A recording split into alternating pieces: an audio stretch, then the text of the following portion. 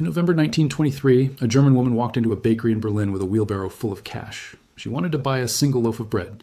The baker looked at the pile of money, counted it, and told her she was 200 billion marks short.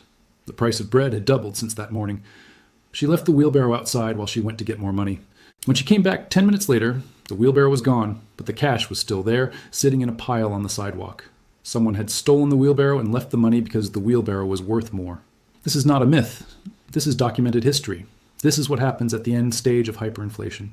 And here's what terrifies me. We are not just heading toward this. We are already in the early stages of the exact same sequence that destroyed Germany in 1923. And most people have no idea because they're looking at the wrong indicators. I'm going to walk you through the 5 stages of hyperinflation. The 5 stages that played out in Germany between 1914 and 1923. I'm going to show you the specific mechanism that turns normal inflation into hyperinflation. The point of no return that most economists won't talk about. And then I'm going to prove to you with hard data that America has already entered stage 3. We are closer to wheelbarrows full of worthless cash than anyone in power will admit. And the timeline points directly to 2026 as the year when this accelerates beyond control. Here's what they don't teach you in school. The Weimar hyperinflation didn't start with hyperinflation. It started with something that sounded completely reasonable. To understand what happened in Germany, you first need to understand where Germany was in 1914. Before World War I, the German mark was one of the most respected currencies in the world. It was backed by gold. Germany was an industrial powerhouse, the second largest economy on earth. Their currency was sound, their economy was growing, everything looked stable. Then World War I started, and here's where the trap gets set. Germany, like every country in the war, needed to finance a massive military operation. They had 2 choices. They could raise taxes on their citizens to pay for the war, which would be deeply unpopular, or they could borrow money and print currency to cover the costs. They chose option 2. Every country chose option 2. At first, this seemed to work. The German government issued war bonds, they borrowed heavily, and the central bank printed marks to buy those bonds. The money supply expanded, but prices didn't explode right away. Why?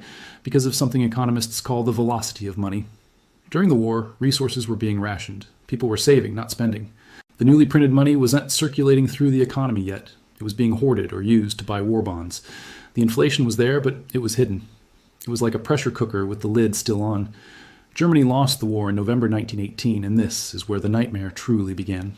The Treaty of Versailles, imposed on Germany in 1919, demanded reparations payments that were economically impossible.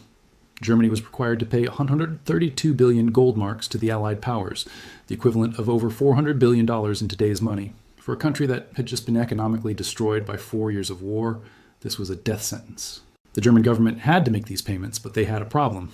They didn't have gold marks. They had paper marks. So they did the only thing they could do. They printed more money to buy foreign currency to make the reparation payments. This is stage 1, the government spending trap. Stage 1 is when a government begins spending far beyond its means and finances, that spending by expanding the money supply. The spending seems justified at the time.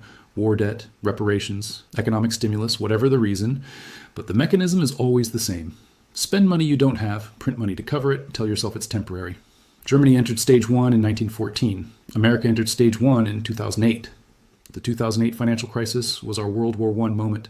The Federal Reserve began quantitative easing, which is just a fancy term for printing money.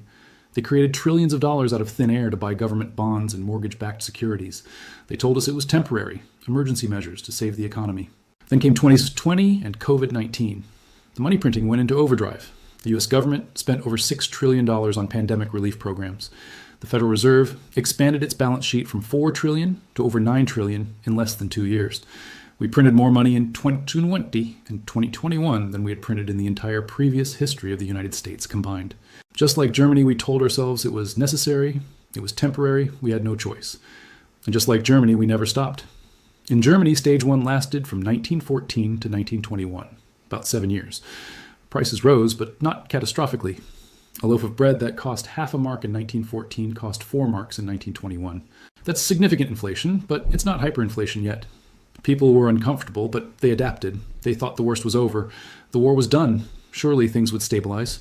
They were wrong, because stage 1 creates the conditions for stage 2. Stage 2 is the currency crisis. This is the moment when the outside world loses faith in your currency. In Germany, this happened in 1921 and 1922. Foreign investors and foreign governments began to realize that Germany couldn't possibly pay its reparations in real terms. The marks Germany was printing were becoming less valuable every month. International traders began refusing to accept marks for goods. They demanded payment in gold or in dollars or pounds. The German mark began to collapse on foreign exchange markets. In January 1921, one US dollar bought you 65 German marks. By January 1922, $1 bought you 191 marks. By July 1922, $1 bought you 493 marks. The mark was in free fall. And here's the vicious cycle. When your currency falls on international markets, the price of imports skyrockets. Germany had to import food and raw materials. Those imports were now dramatically more expensive, so domestic prices started rising faster. And as domestic prices rose faster, the German government had to print even more money to pay its bills, which made the currency fall even more, which made imports more expensive, which made prices rise even faster. This is the feedback loop. This is the point of no return. America entered stage 2 in 2022. For decades, the US dollar has been the world's reserve currency. Everyone wanted dollars. Everyone needed dollars to buy oil, to conduct international trade, to store their reserves. That demand for dollars allowed us to print enormous amounts of money without immediate consequences. But the cracks are showing. In 2022, Saudi Arabia began discussing accepting Chinese yuan for oil sales, not dollars. China and Russia are conducting trade in their own currencies, bypassing the dollar entirely. The BRICS nations, Brazil, Russia, India, China, South Africa, are actively building alternative payment systems to reduce dependence on the US dollar. Central banks around the world are reducing their dollar reserves and increasing their gold holdings. For the first time in decades, they're preparing for a world where the dollar is not dominant. And look at what's happening to the dollar index. The DXY, which measures the dollar's strength against other currencies, has been showing increasing volatility. Every time the Federal Reserve pauses rate hikes or signals cuts, the dollar weakens. We are watching in real time as the world slowly loses faith in the dollar. It hasn't collapsed yet, but the process has begun. Stage 2 in Germany lasted about 18 months, from early 1921 to mid-1922.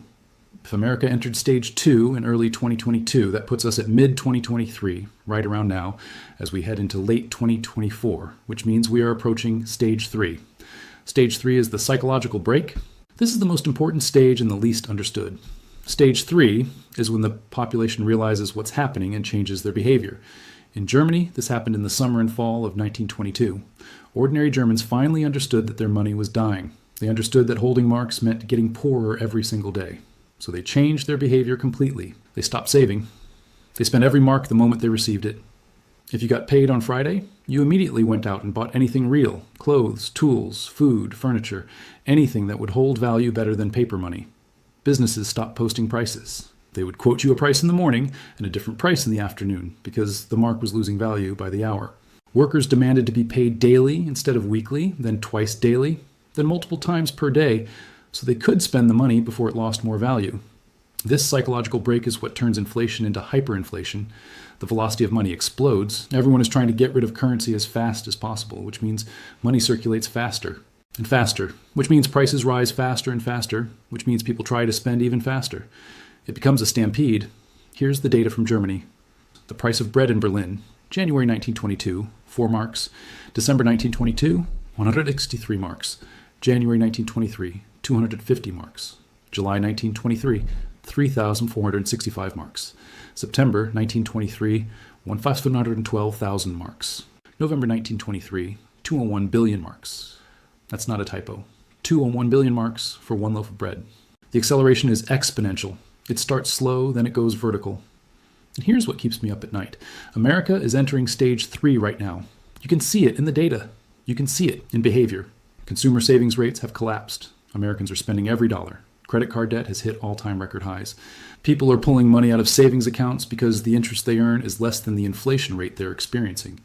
Corporations are hoarding physical assets, buying real estate, buying commodities, anything except holding cash. The wealthy are moving money into hard assets: gold, silver, art, real estate, Bitcoin, anything that can't be printed. Even the stock market surge you're seeing, that's not because the economy is great. That's because people would rather own shares of companies than hold dollars. The psychological break is happening. It's not complete yet, but it's underway. And once this psychology takes hold, it's almost impossible to reverse because it becomes a self-fulfilling prophecy. People spend faster because they expect prices to rise. Prices rise because people are spending faster, which confirms their expectations, which makes them spend even faster. Germany entered stage 3 in mid-1922. Within 16 months, they were in stage 5, complete hyperinflation and societal collapse. Stage 4 is the government panic. When the government realizes they're losing control, they make desperate moves that make everything worse. In Germany, this was 1923. The government tried price controls. They made it illegal to raise prices beyond certain levels. Businesses simply stopped producing goods or sold them on the black market. Shortages spread. The government tried printing larger denomination notes. In January 1923, the largest bill was 1,000 marks. By October, it was 100 trillion marks. They were printing bills that were obsolete before the ink dried. The government tried blaming external enemies. They blamed the Allied powers for the reparations. They blamed speculators. They blamed Jewish bankers.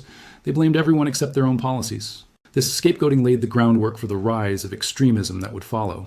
The Weimar government was trying to treat the symptoms while ignoring the disease. The disease was the money printing, but they couldn't stop printing because they had debts to pay. They had a population to pacify. They had a system that depended on the spending. America is entering stage 4 right now. Look at what the government is doing. The Federal Reserve raised interest rates dramatically in 2022 and 2023, trying to fight inflation. But they can't raise rates too high because the U.S. government has $34 trillion in debt. Higher interest rates mean higher interest payments. We're already spending over $1 trillion per year just on interest on the debt. So the Fed is trapped. They can't raise rates enough to truly stop inflation without bankrupting the government. Look at the political scapegoating. Inflation is being blamed on Putin. It's being blamed on greedy corporations. It's being blamed on supply chains. It's being blamed on anything except the money printing. Look at the short-term patches. The government keeps proposing student loan forgiveness paid for with printed money. More stimulus, more subsidies, more spending programs, all funded with debt that will be printed into existence. The government is panicking. They're trying to maintain the illusion of control while the foundation crumbles beneath them. And this brings us to stage 5. The final stage is the collapse. This is when the currency dies completely, when the printing presses run 24/7 and it still isn't enough, when a month's wages can't buy a loaf of bread, when society itself begins to break down. In Germany, this was November 1923. The government finally capitulated. They stopped printing the mark and introduced a new currency, the Rentenmark, backed by real assets, land and industrial capacity. Overnight, the hyperinflation stopped, but the damage was done. The middle class had been completely wiped out. Anyone who had savings in marks lost everything. Anyone on a fixed income, pensioners, retirees, died in poverty. The social fabric was destroyed. People who had worked hard and saved their whole lives had nothing. People lost faith in institutions, in government, in the idea that playing by the rules would lead to security. And here's the part that should terrify every American. That societal breakdown, that loss of faith in the system, created the conditions for extremism. The Weimar Republic never recovered from the hyperinflation. 10 years later, Adolf Hitler rose to power, promising to restore Germany's greatness. The hyperinflation didn't directly cause World War II, but it created the economic desperation and social chaos that made fascism possible. Human beings don't make rational political choices when their money is worthless, when they can't feed their families, when their entire world has collapsed. They reach for extreme solutions. Now let's talk about 2026. Why does this timeline point to 2026 specifically? Here are the mathematical realities. The U.S. national debt is currently over $34 trillion and growing by roughly $2 trillion per year. At current spending levels, we will cross $40 trillion by 2026. The interest payments on that debt are now over $1 trillion annually and rising as old low-interest debt gets refinanced at higher rates. By 2026, interest payments will consume over 20% of all federal tax revenue. The Federal Reserve's balance sheet is still over $7 trillion. They own a massive portion of U.S. government debt. If they try to sell those bonds to reduce the money supply, it will spike interest rates and crash the economy. If they don't sell those bonds, the money supply stays inflated and inflation continues. They're trapped. The U.S. government's spending is locked in. Social Security, Medicare, Medicaid, defense. These are politically untouchable. There is no realistic scenario where spending gets cut enough to matter, which means the deficit will continue, which means more borrowing, which means eventually more money printing. And here's the international factor. The BRICS nations are actively working to launch a gold-backed currency for international trade. They're planning to unveil the system in 2024 and implement it by 2025 or 2026. If they succeed, if oil and commodities start being traded in currencies other than the dollar, all those trillions of dollars currently held overseas will start flowing back to America. The velocity of dollars in the U.S. economy will spike. That's the stage 3 psychological break on a global scale. 2026 is also exactly 250 years since the Declaration of Independence. It's the historical average lifespan of a reserve currency. The British pound was the reserve currency for about 100 years before the dollar. the Dutch guilder before that. The pattern repeats. Every reserve currency eventually gets debased. Every empire eventually prints itself into oblivion. We are not special. We are not different. We are just further along in the same cycle. Here's what the timeline looks like. Stage 1, government spending trap. America entered this in 2008 with quantitative easing and went into overdrive in 2020. Stage 2, currency crisis. America entered this in 2022 as foreign nations began moving away from the dollar. Stage 3, psychological break. We are entering this now in late 2024 as Americans change their spending and saving behavior. Stage 4, government panic. This is 2025. Watch for more desperate measures, more stimulus, more political chaos, more scapegoating, more attempts to control prices and speech. Stage 5, collapse. If the historical timeline holds, 2026 is when the mathematics become unsustainable, when the debt spiral reaches terminal velocity, when the dollar's role as reserve currency cracks, when the wheelbarrows come out. I want to be absolutely clear. I'm not saying the world ends in 2026. I'm saying that was when the consequences of decades of money printing become undeniable, when the can can't be kicked any further down the road, when stage 5 begins. And here's the cruel reality of hyperinflation. It doesn't hurt everyone equally. The wealthy, who own assets, see their net worth actually increase in nominal terms. Their real estate, their stocks, their gold, all go up in price terms. The poor, who live paycheck to paycheck, suffer, but they were already struggling. The people who get absolutely destroyed are the middle class, the savers, the people who did everything right, the people who worked hard, put money in the bank, saved for retirement. Those are the people who lose everything because their savings are denominated in currency, and currency is dying. In Weimar Germany, a lifetime of savings became worthless in months. A professor's entire pension couldn't buy a week of groceries. The social contract that said hard work and thrift would be rewarded was revealed to be a lie. And that's what's coming here. Your 401k, your IRA, your savings account, they're all denominated in dollars. If the dollar enters hyperinflation, those numbers might go up, but their purchasing power will collapse. You'll be a millionaire who can't afford groceries. The government will not save you. They can't. They're the ones who created the problem. The Federal Reserve will not save you. They're the ones running the printing press. The only people who will survive this are the ones who see it coming and prepare. The ones who move their wealth into assets that can't be printed. Gold, silver, real estate, productive land, commodities, skills, anything real, anything that has intrinsic value independent of currency. Here's the thing that makes this so insidious. Hyperinflation doesn't announce itself. There's no exact moment when you cross from regular inflation into hyperinflation. It's gradual, then sudden. Just like Germany went from 4 marks for bread to 201 billion marks for bread. The early stages feel manageable. You adjust, you complain, but you adapt. And then one day you wake up and it's too late. The wheelbarrow is worth more than the cash inside. And here we are, at the end of 2024, heading into 2025, all 5 stages visible, all the patterns matching, all the warning signs flashing. The exact same mistakes that destroyed the Weimar Republic being repeated on a larger, faster scale. Most people don't know this history. Most people think hyperinflation is something that happens in third world countries, not to reserve currency nations. But that's exactly what the Germans thought in 1914. They thought the mark was untouchable. They thought their economy was too advanced. They thought their government was too competent. They were wrong. We are wrong. The 1923 warning is this. Once the money printing starts, it's almost impossible to stop. Once the currency crisis begins, it accelerates faster than anyone expects. Once the psychological break happens, there's no going back.